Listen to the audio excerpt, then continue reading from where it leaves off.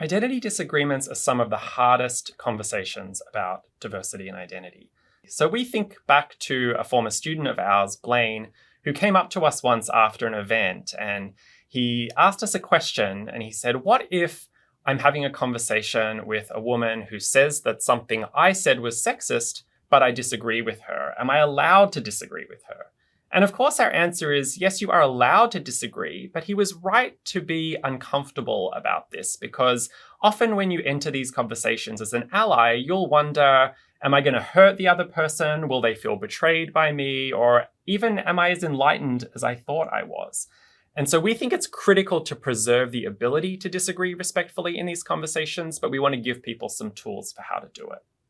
One of the trickiest parts of these disagreements is that people are often at different points on what we call the controversy scale. So at one end of the scale are just debates about taste, right? Whether you like chocolate or vanilla ice cream, and we could have a very friendly debate about which one is better. Slightly more controversial are debates about facts. Even more controversial are issues about policies or values. And at the furthest most point on the controversy scale are issues that implicate our equal humanity. So oftentimes people talk past each other because one person is saying, "Oh, I want to talk about affirmative action policies at our school." And they view that simply as an issue of policy.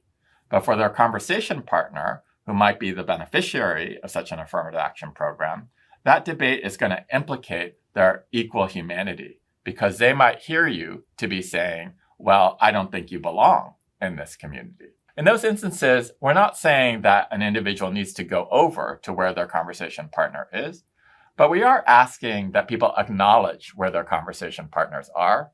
And you can even say it in the conversation. "I realize that for me, this is an issue of policy, but that for you, it might implicate your equal humanity. And I'm going to try to be mindful and respectful of that as we have this conversation."